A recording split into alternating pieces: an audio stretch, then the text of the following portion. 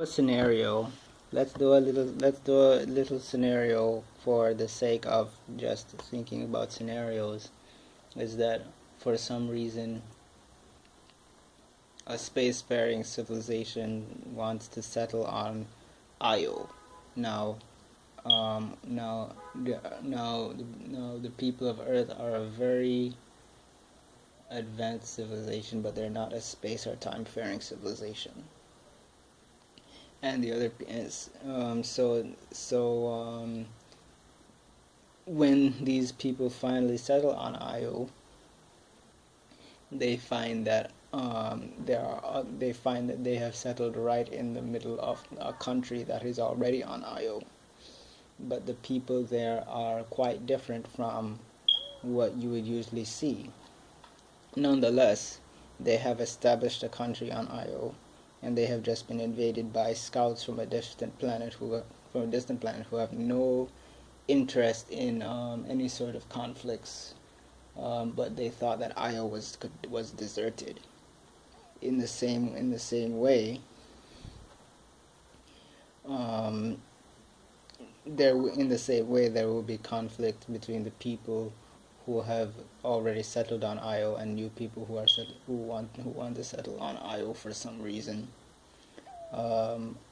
Even though Io itself, to us, is a very still and quiet sort of country. All the planets and moons to me, this will be important for your future. All the planets and moons to me are, in a sense, the original kind of country, because you can't really settle on something. You can't really actually make a country unless you have some place to settle first. So originally, the land itself was its own type 0 country. That's not all. It turns out that not only is this planet well settled with people, it has many different countries. Now, as I said before, the land is already a type 0 country. Now, here's the really important part. Here's the really, really important part. Why on this type 0 country are there over 300 different countries? If you're going to have a country, the whole entire land from top to bottom needs to be a single country. It is not going to be called a name that goes according to the continent that their most premier people are from. If this planet is going to be a country, it will be called Earth, as it has been called for many centuries. And the name may change as we may learn more about the history of the Earth in terms of other people and their countries.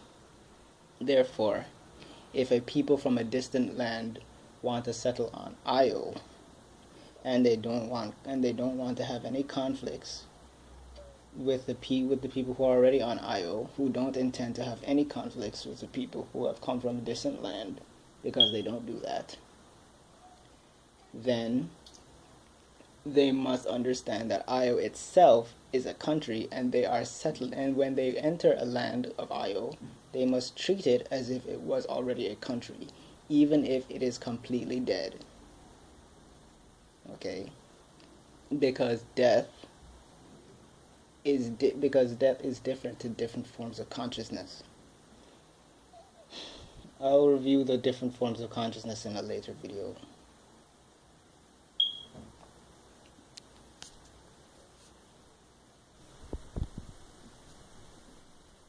This is to address all exoptic field researchers.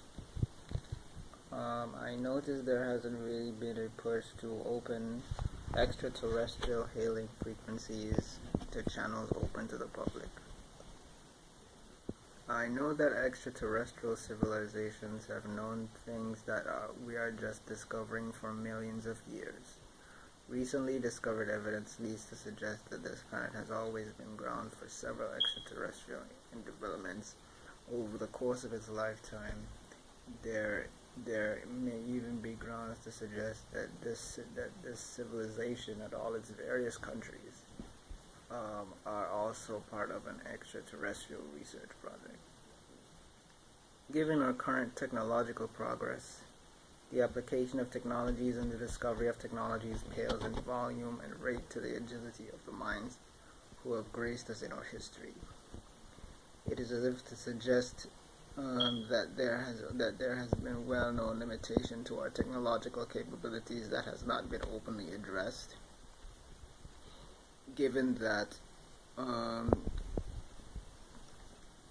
there should still be grounds for open communications between older civilizations than ourselves, so that we can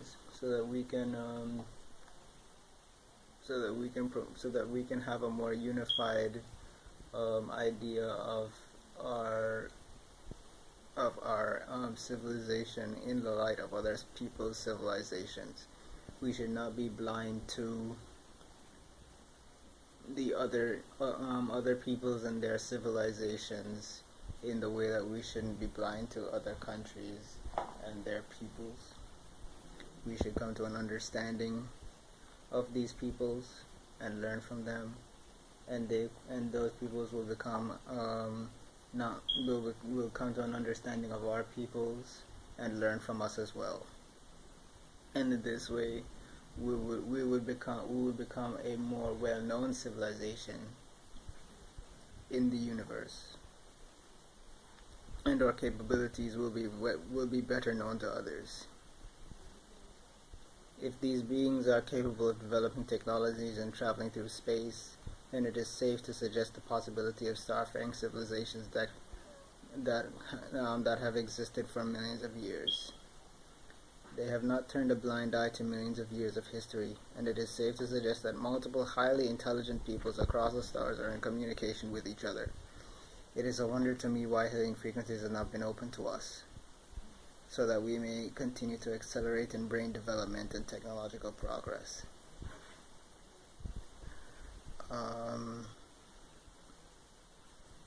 What else? If these beings are capable of developing technologies and traveling through time, then it is safe to suggest the possibility of starfaring civilizations that have existed for millions of years. They have not turned a blind eye to millions of years of history.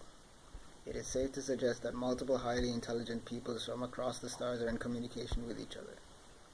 It is a wonder to me why healing frequencies have not been open to us, so that we may continue to accelerate in brain development and technological progress. It is also vitally important for the future success of our own civilization that the first actions that we encourage in space are not acts of aggression against each other or ourselves. As a single entity, we should be able to understand that we are being born out of the earth. Our neighbors are much older and wiser than us, and it is our duty to learn from them if we are to continue our civilization. Older and far more sophisticated means of self-defense, vital to us, but not to lose the memory of the way to conduct a youthful and infant civilization, not yet opened to the ways of other civilizations and how they function.